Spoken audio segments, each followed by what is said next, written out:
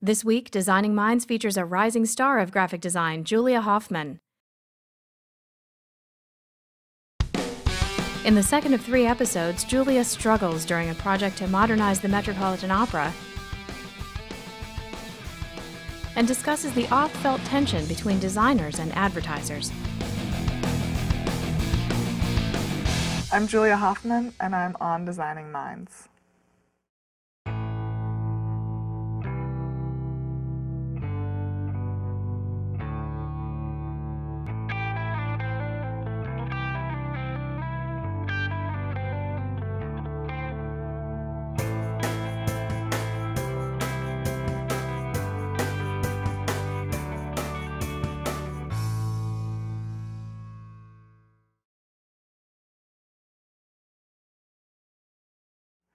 The Metropolitan Opera got a new director, Peter Gelb, and they came to Paula to get a new identity, having in mind that they want to attract younger audiences because their core audience, like above 50 or 60, is like eventually not going to be there in 20, 30 years, so they have to start reaching out and to make the opera a little bit more popular.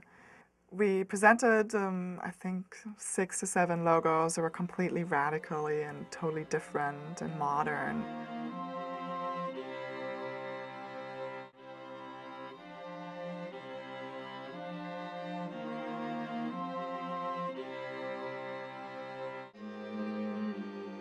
And they also presented one that was very similar to theirs, just in a more beautiful typeface and treated a little bit more elegant.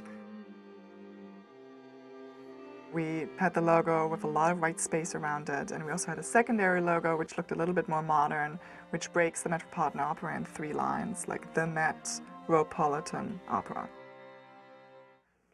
We thought that he's going to choose the most radical one because he just started his position there and he wants to do a change. And he actually did not. He chose the most conservative one, which looked very, very similar to the old existing logo.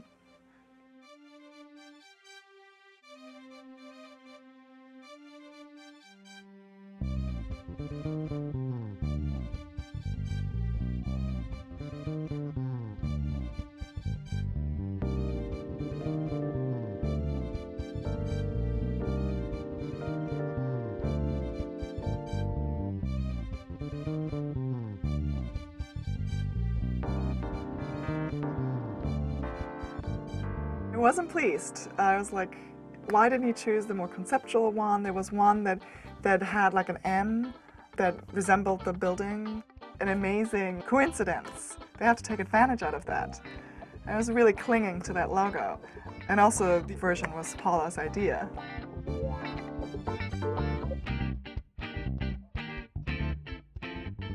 Peter Gelb is a very, very smart guy. So you do believe his expertise, and it was a very, very smart choice of him. We treated it in a very elegant way and gave sort of the opera that level of sophistication back that it kind of lost.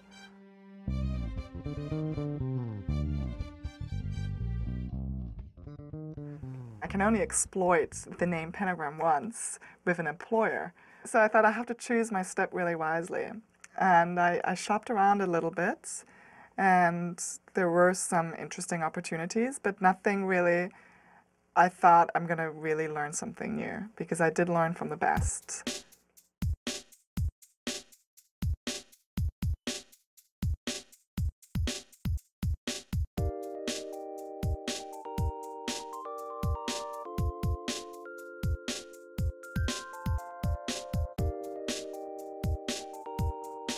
So I thought, okay, I'm going to do something that nobody knows, maybe in the design industry, where I can do a mistake. It's not going to be bad.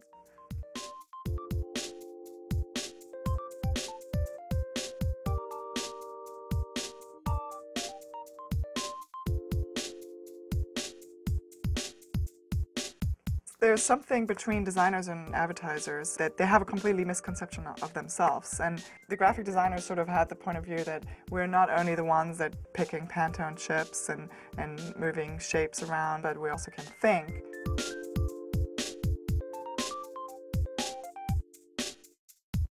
And in advertising, they really think that graphic designers just make it happen and they don't come up with the ideas.